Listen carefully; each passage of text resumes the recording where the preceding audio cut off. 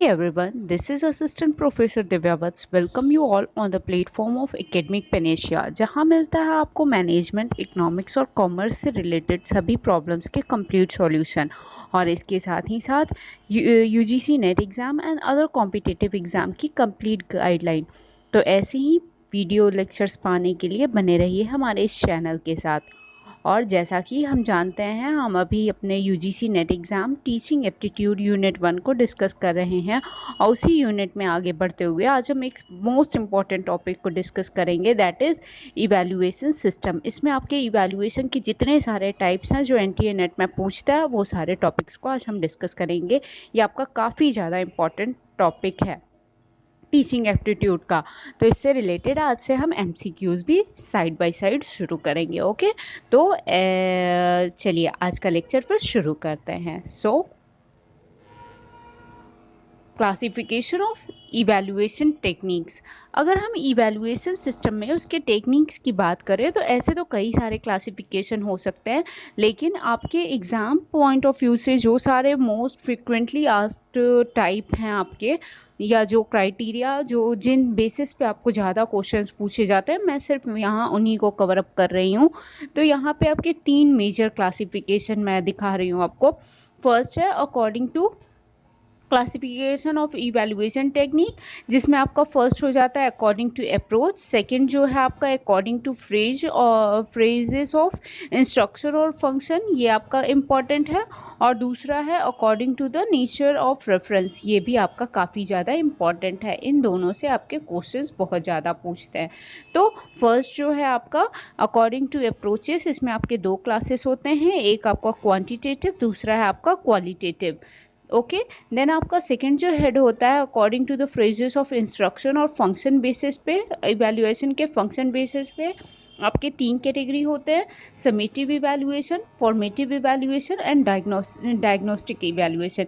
इसमें और भी हैं, प्लेसमेंट है और कई सारे हैं इसमें, लेकिन उतना डिटेल में आपको नहीं जाना है। जो आपको जनरली एनटीए पूछती है वो इन्हीं 3 से अभी तक क्वेश्चन आया है, तो मैं यहाँ इन्हीं तीनों को डिस्कस करूँगी।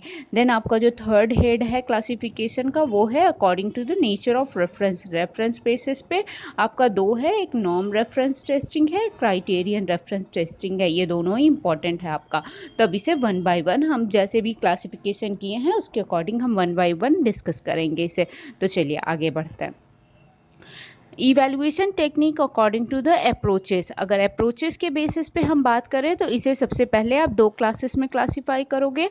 ओके, पहला आपका क्वांटिटेटिव, दूसरा है आपका क्वालिटेटिव। अब देखिए क्वांटिटेटिव सिंपली आप खुद देखते हो कि आपके इवैल्यूएशन, अगर आपका कोई प्रैक्टिकल सब्जेक्ट है तो उसमें आपके इवैल्यूएशन कैसे होते हैं, ये तीनों ही मेथड्स को अप्लाई किया जाता है। रिटन एग्जामिनेशन भी आपका होता है, ओरल एग्जामिनेशन भी होता है और प्रैक्टिकल एग्जामिनेशन भी होता है। ओरल में आपका वाइवा एग्ज़ाम हो जाता है, प्रैक्टिकल में जो आप लैब में करते हो, और रिटन में जो आप एग्ज़ाम जाके देते हो सेंटर पे अपने, वो हो गया। ठीक है, तो यहाँ पे जब आप ये क्वांटिटेटिव की बात करते हो तो ये तीनों ही तरह का आप एग्ज़ाम देते हो। इसके बेसिस पे आपका जो भी ग्रेड है या जो परसेंटेज बेस्ड है या सीजीपीए, जैसा भी आपके मार्किंग का प्रोसेस है उसके बेस पे आपका मार्क्स आता है। तो ये आप इससे फेमिलियर हो। दूसरा क्वालिटेटिव बेसिस में क्या है, क्वालिटेटिव बेस में 4 आपके इंपॉर्टेंट मेथड हैं। ऐसे बहुत सारे हैं, इस पूरे मेथड को हम रिसर्च एप्टीट्यूड यूनिट में बहुत डिटेल में पढ़ेंगे। यहाँ हम ब्रीफ में जानते हैं ऑब्जर्वेशन एंड इंटरव्यू। इसमें क्या होता है, इसमें एक ऑब्जर्वर होता है, वो साइलेंटली चीज़ों को ऑब्जर्व करता है, जो भी प्रोसेस हो रहे हैं, जो उसमें इम्प्रूवमेंट या जो भी डिफिशियंसी है, उन सारे प्रोसेस को साइलेंटली ऑब्जर्व करता है, या कई बार उनका पर्सनल इंटरव्यू भी लेता है और उसके बेसिस पे वो अपना फीडबैक या रिज़ल्ट देता है। ओके, ये यहाँ पे हो गया आपका। दूसरा है आपका चेकलिस्ट। चेकलिस्ट में आप कुछ क्राइटेरिया सेट कर लेते हो, जैसे हमें एक एचआर हायर करना है, तो एचआर के लिए क्या क्या आपको ज़रूरी है।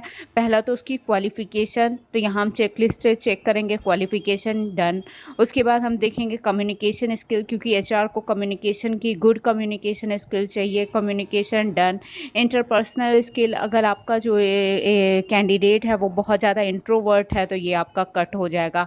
वो एक्सट्रोवर्ट भी बहुत ज़्यादा है तो भी ये आपका कट हो जाएगा। वो नॉर्मल है तो ओके, डन। ऐसे करके आप कई सारे क्राइटेरिया बनाते हो और वहाँ पे आप चेकलिस्ट करते हो कि आप कौन कौन सा फुलफिल कर रहे हो या कौन सा नहीं कर रहे हो। तो उसमें दूसरा कौन सा कैंडिडेट है जो उसे फुलफिल कर रहा है, उसके बेसिस पे आप मार्किंग देते हो और लास्ट में एट द एंड जिसका भी मार्क्स सबसे ज़्यादा होता है आप उसको हायर करोगे सिंपली। तो ये आपका चेकलिस्ट बेसिस पे हो गया। थर्ड है आपका रेटिंग स्केल। रेटिंग स्केल आपके कई तरह के होते हैं। इसमें एक होता है 5 रेट सिस्टम या 5 स्टार रेटिंग सिस्टम। एक है आपका 3 स्टार रेटिंग सिस्टम भी होता है, 2 स्टार रेटिंग सिस्टम भी होता है। 5 स्टार में क्या होता है, आप कई सारे क्वेश्चनार भरे होगे ऑनलाइन, आजकल गूगल फॉर्म बहुत ज़्यादा पॉपुलर हो गया। उसमें क्या है, स्ट्रांगली एग्री एक होता है, एक होता है एग्री, एक होता है नाइदर एग्री, नॉट डिसएग्री ऐसे करके होता है। फिर एक होता है आपका डिसएग्री, एक होता है स्ट्रांगली डिसएग्री। तो जहाँ 5 ऑप्शंस आपको दे दिए गए हैं वो आपका 5 रेट स्केल हो गया। जहाँ 3 ऑप्शंस हैं, एक आपका एग्री, दूसरा आपका कैन नॉट से, और तीसरा आपका कैन नॉट से, यहाँ पे कैन नॉट से, और तीसरा आपका ऑप्शन दे दिया डिसएग्री। तो ये आपका 3 रेट स्केलिंग हुआ। 2 रेट स्केलिंग यस और नो ऐसे करके जब आप पूछे, या ट्रू या फॉल्स ऐसे करके जब पूछे, या एग्री और डिसएग्री ऐसे करके जब पूछे, तो ये आपका रेटिंग स्केल इस तरह से होता है। ये आप रिसर्च एप्टीट्यूड में भी पढ़ोगे। Then cumulative record. Cumulative record में क्या होता है, ओवरऑल जो आपका सारा प्रोसेस जो होता है उन सब का एक जगह पूरा चार्ट तैयार करते हो और उसमें ओवरऑल आपका मतलब जो भी आपने स्टार्टिंग से लेके एट द एंड जो सारा प्रोसेस आपने किया है उसको सारा मेंशन करते जाते हैं और एट द एंड उसको पूरा टोटल करके आपका रिपोर्ट कार्ड तैयार होता है। तो वो आपका क्वालिटेटिव में ही एक कुमुलेटिव रिकॉर्ड बेसिस पे होता है। आपका हर एक अच्छा बुरा सारा पॉइंट आपके रिकॉर्ड मतलब मेंटेन किया जाता है, उसके बेसिस पे आपका रिजल्ट डिक्लेयर किया जाता है। तो ये हो गया अकॉर्डिंग टू द अप्रोचेस। अब नेक्स्ट हम फंक्शन बेसिस पे बात करेंगे।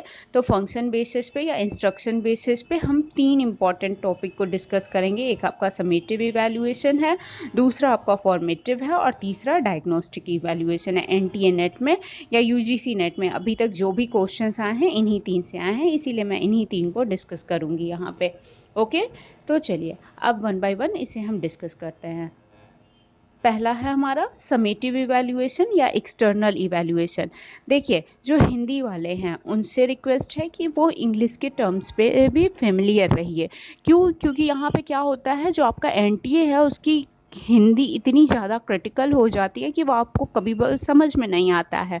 और जो इंग्लिश वाले हैं उनसे ये रिक्वेस्ट है आप हिंदी के टर्म से भी फेमिलियर रहिए।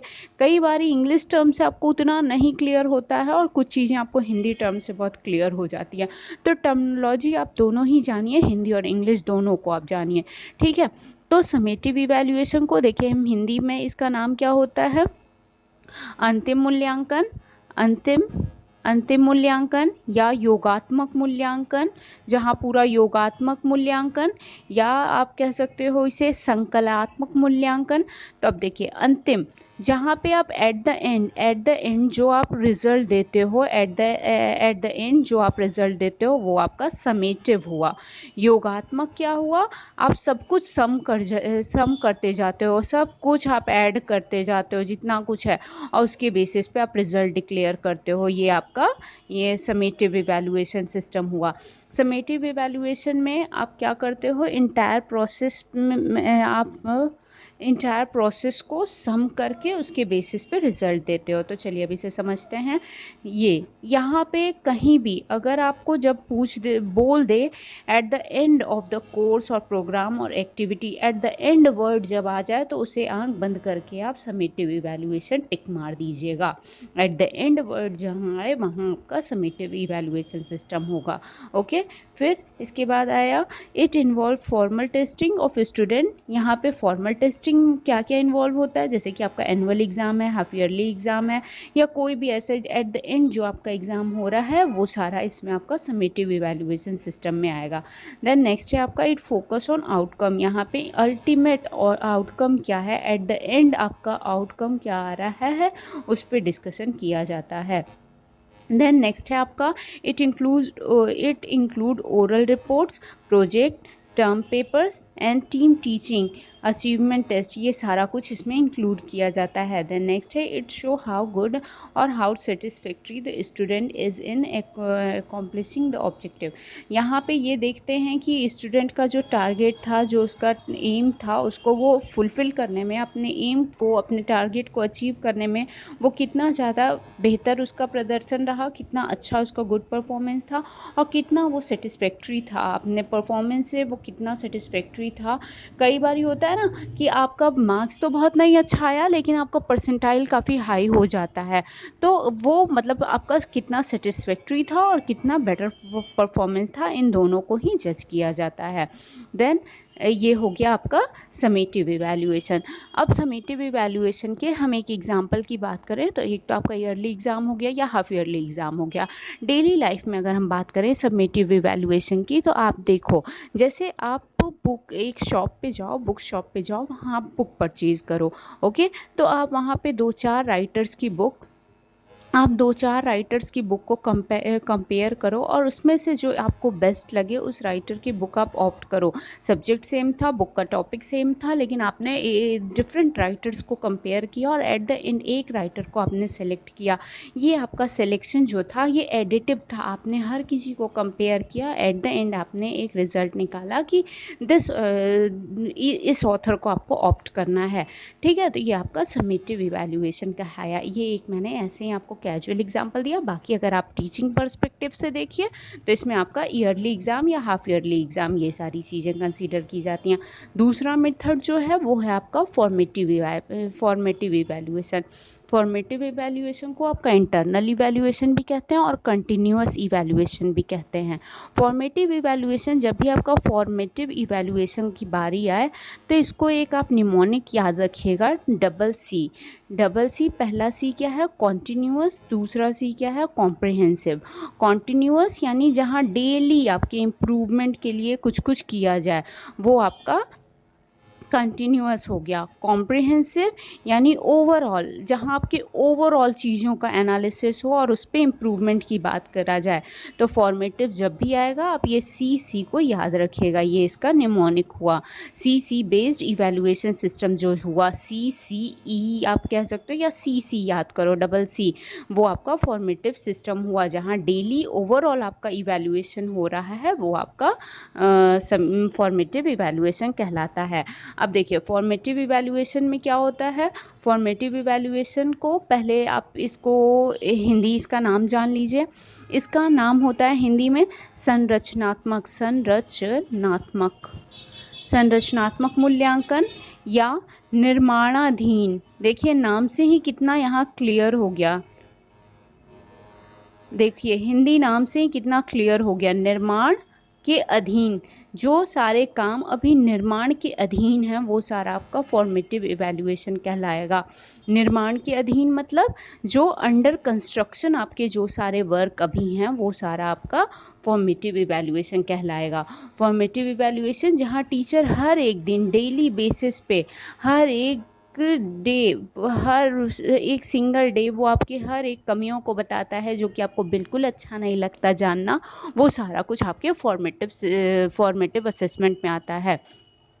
सेमेस्टर सिस्टम इसका बेस्ट एग्जाम्पल है। सेमेस्टर सिस्टम में क्या है, देखिए मेरा जो ग्रेजुएशन है वो एनुअल सिस्टम में था। तो एनुअल सिस्टम में क्या था, हम लोगों का जो भी रिज़ल्ट आता था वो जो 3 आवर्स हमने लिखा है सिर्फ उस बेसिस पे, हम लोग का कोई ना अटेंडेंस पे मार्क्स ना कुछ, तो उसमें आप क्या मार्क्स आएगा वो मतलब वो बहुत आपको हो कि लक पे डिपेंड है।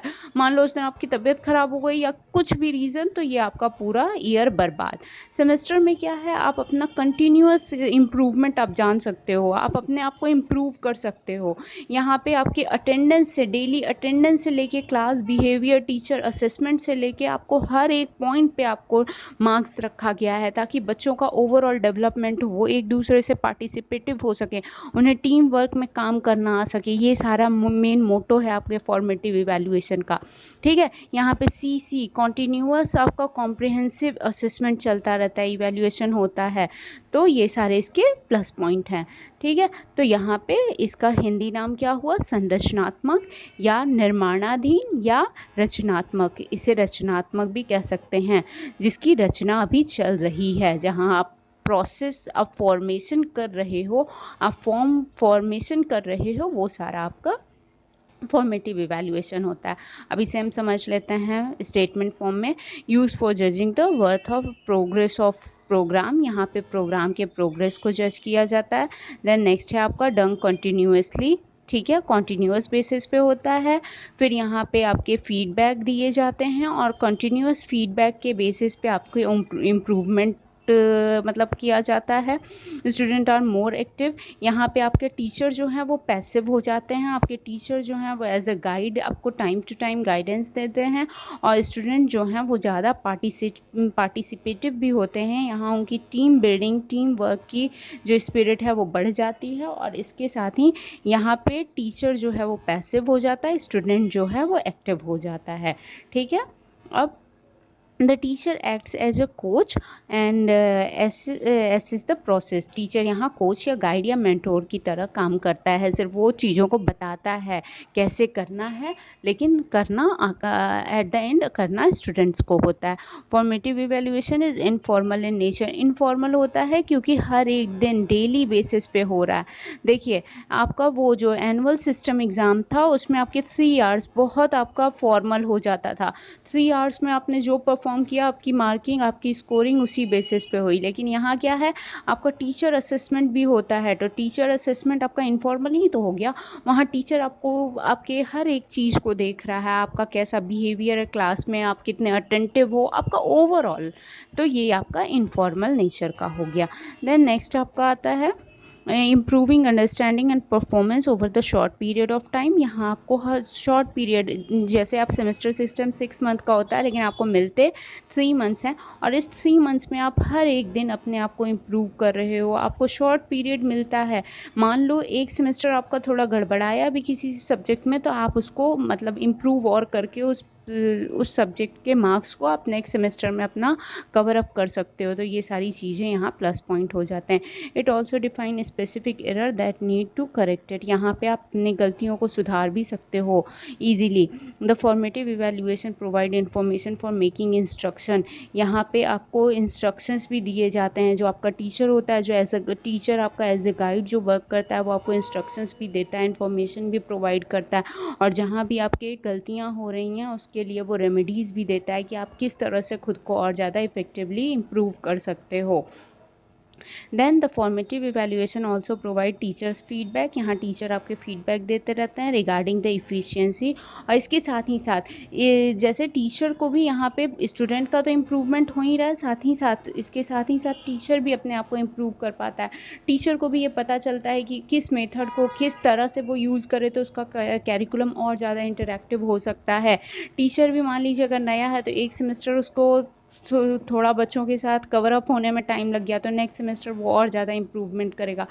टीचर और स्टूडेंट हर किसी का डेली बेसिस पे इम्प्रूवमेंट होता है, ठीक है। तो अगर हम इसके एग्जांपल की बात करें तो आपके सेमेस्टर सिस्टम जो है वो आपका इसका बेस्ट एग्जांपल हो जाता है, ठीक है। और ऐसे अगर हम बात करें, एक आपका कैजुअल एग्जांपल भी अगर डिस्कस करें तो फॉर्मेटिव इवैल्यूएशन क्या, आपके कैजुअल एग्जांपल की बात कीजिए तो मान लीजिए कोई पीएचडी स्कॉलर है, ठीक है, वो अपनी थीसिस राइटिंग कर रहा है, तो थीसिस राइटिंग में वो हर एक दिन जो उसमें इम्प्रूवमेंट कर रहा है, जो सारे उसमें इम्प्रूवमेंट वो कर रहा है with the help of seniors, with the help of experts, with the help of research guide, या जो भी उसके डेटा हैं, जो सारे उसमें वो हर एक दिन जो सारे अपने थीसिस के, अपने प्रोजेक्ट वर्क में, अपने रिसर्च वर्क में जो सारे वो इम्प्रूवमेंट कर रहा है, उस स्कॉलर का ये सारा वर्क आपके फॉर्मेटिव इवैल्यूएशन में कंसीडर किया जाएगा। देन थर्ड इम्पॉर्टेंट आपका डायग्नोस्टिक को पहले समझ लीजिए। डायग्नोस्टिक में क्या होता है, डायग्नोस्टिक इवैल्यूएशन में देखिए अभी मैं इसे बताऊंगी तो आप थोड़ा कंफ्यूज हो सकते हो कि फॉर्मेटिव में भी तो मैंने यही बोला, डायग्नोस्टिक में भी आपके चीज़ों को फाइंड आउट करके उस पर इम्प्रूवमेंट किया जाता है। फॉर्मेटिव में भी यही हुआ कि वहाँ आपकी कमियों को जाना जाता है और आपको इम्प्रूवमेंट के लिए टिप्स दिया जाता है, लेकिन इसमें डिफरेंस है। आपके फॉर्मेटिव में क्या होता है, फॉर्मेटिव में आपके डेली बेसिस पे किया जाता है, ठीक है, ये। लेकिन डायग्नोस्टिक में क्या होता है, डायग्नोस्टिक में आपके पॉइंट को सर्च किया जाता है। पॉइंट को सर्च करके उस एक पॉइंट पे आपकी इम्प्रूवमेंट के लिए आपको टिप्स सजेस्ट किया जाता है। यहाँ एक आपको स्पेसिफिक जहाँ आप लैक कर रहे हो उस पॉइंट को फाइंड आउट किया जाता है और इस पॉइंट से आपको इम्प्रूवमेंट के लिए सजेशंस दिए जाते हैं। होपफुली ये क्लियर होगा। तो यहाँ पे हम तीनों को पहले अच्छा इसे समझ लीजिए, या एक हम आपको, हाँ पहले इसे आप समझ लीजिए। डायग्नोस्टिक में क्या होता है, या जहाँ पे कैंडिडेट की प्रॉब्लम को जाना जाता है और उस पर्टिकुलर प्रॉब्लम को सर्च आउट करके उस पर्टिकुलर पॉइंट को फाइंड आउट करके वहाँ पे उसके इम्प्रूवमेंट के लिए वर्क किया जाता है। इसके अगर हम एग्जांपल की बात करें तो यहाँ पे आपको ये हेल्पफुल हो जाता है बेस्ट स्ट्रैटेजी बनाने के लिए, स्टडी प्लान बनाने के लिए, और स्टूडेंट के लिए भी बेटर होता है कि जिस पॉइंट पे वो लैक कर रहे हैं वहाँ पे वो और ज़्यादा अच्छा परफॉर्म कर पाते हैं। It is closely related with formative evaluation, लेकिन दोनों में डिफरेंस है। ये आपके ओवरऑल प्रोसेस के लिए होता है, ये टू द पॉइंट के लिए होता है। ठीक है, देन नेक्स्ट पॉइंट आपका है It tries to provide explanation for possible cause and problem of learning। जो पर्टिकुलर प्रॉब्लम है उस प्रॉब्लम को फाइंड आउट करना और उस प्रॉब्लम का सॉल्यूशन यहाँ से आपको मिल पाता है। फिर डायग्नोस्टिक इवैल्यूएशन, ये एक आपका ऐसा स्टेप है जो कि आपको बेस्ट पॉसिबल सॉल्यूशन आपको प्रोवाइड करता है जिससे कि आपकी लर्निंग और ज़्यादा इम्प्रूवमेंट हो और ओवरऑल आपका परफॉर्मेंस और ज़्यादा इंक्रीज़ कर सके। ठीक है, तो ये आपका डायग्नोस्टिक हो गया। डायग्नोस्टिक इवैल्यूएशन सिस्टम हो गया। Diagnostic test are more comprehensive and detail, यहाँ टू द पॉइंट होता है, लेकिन उस पॉइंट पे जो आपका लैकिंग पॉइंट है उस लैक पॉइंट पे आपके ज़्यादा स्पेसिफिकली ध्यान दिया जाता है और उसका आपको कॉम्प्रिहेंसिव स्टडी करके आपका डिटेल एनालिसिस करके यहाँ पे आपको इम्प्रूवमेंट के लिए इम्प्रूवमेंट सजेस्ट किया जाता है। ठीक है, अब अगर हम तीनों की एक बात करें, तीनों का एक कंपैरिजन करें तो देखिए आपका पहला क्या था, आपका समेटिव था, दूसरा आपका फॉर्मेटिव सिस्टम इवैल्यूएशन सिस्टम, तीसरा आपका डायग्नोस्टिक। समेटिव में क्या हो गया, आपका ओवरऑल जो सारा है उसका एट द एंड जहाँ भी वर्ड आए, देखिए जहाँ भी आपका वर्ड है summative, formative and diagnostic, okay, जहाँ एट द एंड की बात आ गई वो आपका समेटिव हो गया। फॉर्मेटिव जहाँ ओवरऑल की बात आए वो ओवरऑल आपका ये फॉर्मेटिव में आया। डायग्नोस्टिक में आपका क्या होगा, स्पेसिफिक पॉइंट की जहाँ बात की जाए और उस पॉइंट को इम्प्रूव करने की बात हो तो वो आपका डायग्नोस्टिक हो गया। इस चीज़ को एकदम अच्छे से मेमोराइज कर लीजिए और क्वेश्चन में देखिएगा कि क्या यहाँ पूछ रहा है। एट द एंड आए तो वो आपका समेटिव हो गया। ओवरऑल प्रोसेस आए इम्प्रूवमेंट की, ओवरऑल मैंने बोला था ना CC, continuous and comprehensive, daily basis पे कंप्लीट ओवरऑल आपका जहाँ इवैल्यूएशन हो वो। और डायग्नोस्टिक क्या होता है, स्पेसिफिक पॉइंट को सर्च आउट करके उसके इम्प्रूवमेंट की जहाँ बात होती है वो आपके डायग्नोस्टिक सिस्टम कहलाता है। तो होपफुली ये आपको क्लियर हो गया होगा तीनों। अब हम नेक्स्ट आपका डिस्कस करते हैं। नेक्स्ट है evaluation technique according to the nature of reference. ये भी आपका बहुत ज़्यादा इंपॉर्टेंट है, इससे बहुत सारे क्वेश्चंस PYQs में पूछे हैं। अब मैं आपके साथ PYQs भी कुछ डिस्कस करूँगी, उसके बाद MCQ eight the end of unit मैं ले आऊँगी। ओके, तो चलिए हम आज बात करेंगे, अब बात करेंगे nature of according to the nature of reference. तो पहला है हमारा norm reference testing. Norm reference evaluation system में क्या होता है,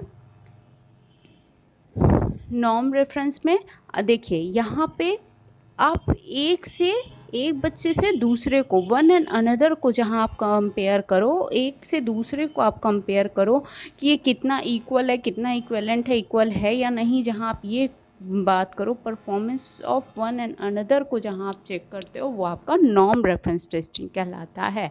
एकदम इसे क्लियर कर लीजिए। नॉर्म रेफरेंस यानी जहाँ पे आप वन एंड अनदर को कंपेयर करो, जहाँ आप एक से दूसरे को कंपेयर करो वो आपका नॉर्म रेफरेंस टेस्टिंग कहलाता है।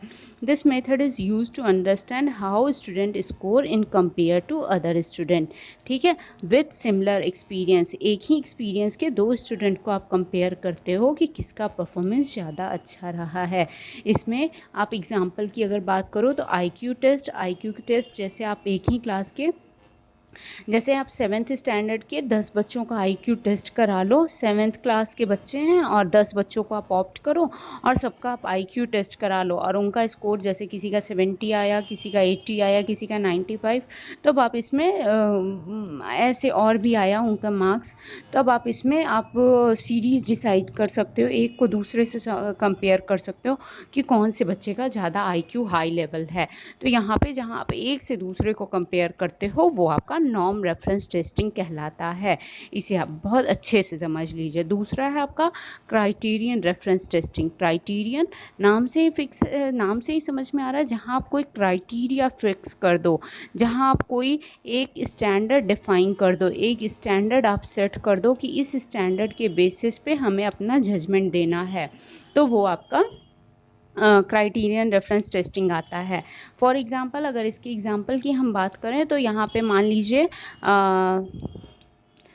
This test is extensively used in higher education. Higher education में क्राइटेरियन रेफरेंस टेस्टिंग को यूज़ करते हैं। यहाँ एक सेट स्टैंडर्ड होता है और उस सेट स्टैंडर्ड के अकॉर्डिंग आपका जजमेंट आपको इवेलुएट किया जाता है।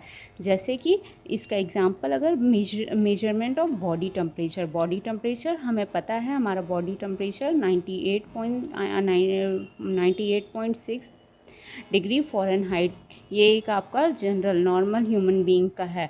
तो अब आपको अगर बॉडी टेम्परेचर देखना है तो आपका इससे अगर हाई है मीन्स आपको फीवर है और लो है तो आपको और दूसरे कोई प्रॉब्लम्स हो सकते हैं।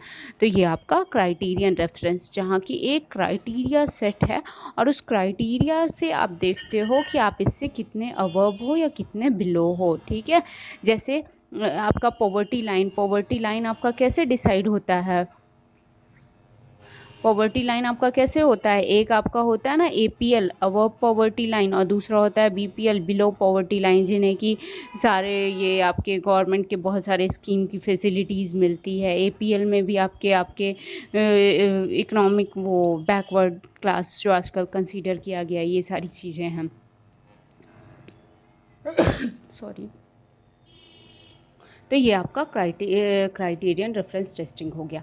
अब इसका एक हम कंपैरिजन कर लें, क्योंकि इन दोनों से क्वेश्चन बहुत आता है, तो इसे आप क्लियर कर लीजिए। थोड़ा सा नॉमिनल भी आपको अगर आप कहीं अगर आपको कन्फ्यूजन हुआ तो आपको प्रॉब्लम हो जाएगी। देखिए मेरा लेक्चर तो काफ़ी लंबा हो जाता है, लेकिन मेरी कोशिश हमेशा ये रहती है कि मुझे जितना पता है, जितना मैक्सिमम हो सके उतना मैं आपको अपना डिलीवर दे सकूँ, मैं अपना आपको बेस्ट दे सकूँ। इसलिए थोड़ा लेक्चर लंबा हो जाता है, लेकिन मैं बहुत मेहनत करती हूँ। तो आप कभी कभी कमेंट कर दिया करो यार, मुझे अच्छा लगेगा, थोड़ा मेरा मोटिवेशन बूस्ट अप होगा।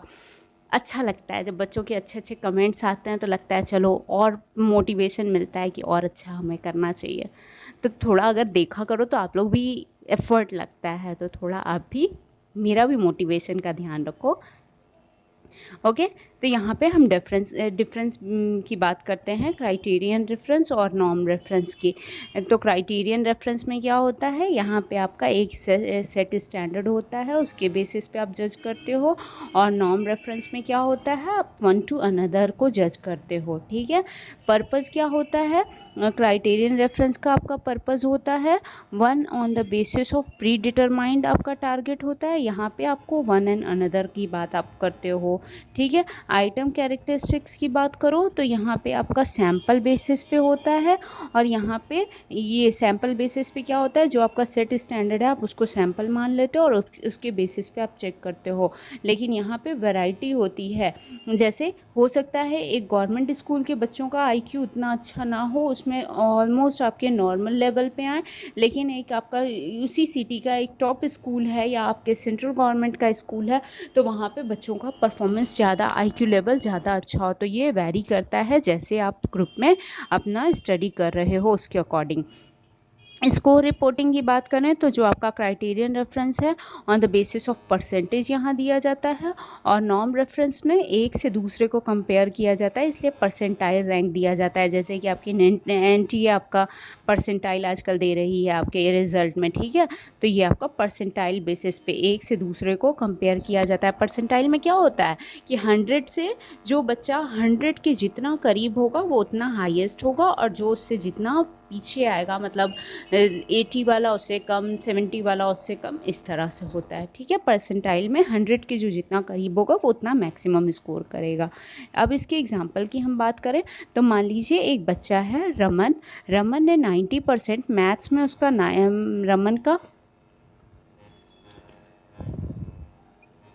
रमन ने मैथ्स में 90 मार्क्स लाए या 90% लाया, तो ये उसका क्राइटेरिया हो गया। ओके, अब वो 90 ले आया, 90% मार्क्स ले आया, लेकिन और बच्चों का उससे भी ज़्यादा है, ठीक है। 90 मार्क्स ले आया, लेकिन एवरेज स्कोर जो है उसका वो उसमें वो उसका मतलब एवरेज स्कोर वो 75, then he perform at the top. तो एवरेज जो था वो 75 था बच्चों का, और इस वजह से यहाँ पे उसका परसेंटाइल हाई हो जाएगा और वो अपने क्लास का टॉपर बन जाएगा, ठीक है। एक दूसरे एग्जांपल से इसको आपको समझाते हैं, उससे आपको शायद और ज़्यादा क्लियर हो जाए। मान लीजिए रमन ने 90 मार्क्स मैथ्स में ले आया और यहाँ पे क्लास में वो टॉप हो गया, ठीक है, क्योंकि आपका एवरेज मार्क्स जो था वो 75 था। अब दूसरा एग्जाम्पल, मान लीजिए एक कंपनी में हमें 10 टाइपिस्ट को हायर करना है, ठीक है। एक टाइपिंग कंपनी है जहाँ की हमें 10 टाइपिस्ट को हायर करना है। अब हम अपना एक स्टैंडर्ड सेट कर लिए हैं कि हमें 1 मिनट में जो मैक्सिमम जितने वर्ड्स टाइप करेगा उसे हम लेंगे, ठीक। एक कैंडिडेट आती है वहाँ रीता ने क्या किया, रीता ने 1 मिनट में 60 वर्ड 1 मिनट में 60 वर्ड उसने टाइप किया, ठीक है। तो रीता का क्या था, रीता ने 1 मिनट में 60 वर्ड टाइप किया, ये आपका क्राइटेरियन रेफरेंस हो गया, ठीक है। अब अगर हम नॉर्म रेफरेंस की बात करें तो अदर से कंपेयर करेंगे, तो यहाँ पे क्या होता है, रीता ने 1 मिनट में 60 वर्ड टाइप किया, जिसकी वजह से वो टॉप 3 आई। मतलब 2 लोग और हैं जो 1 मिनट में मोर देन 60 वर्ड आपके टाइप कर रहे हैं। तो यहाँ हमें 10 लोगों को हायर करना था, तो इसलिए रीता यहाँ थर्ड आती है, तो रीता की हायरिंग हो जाएगी।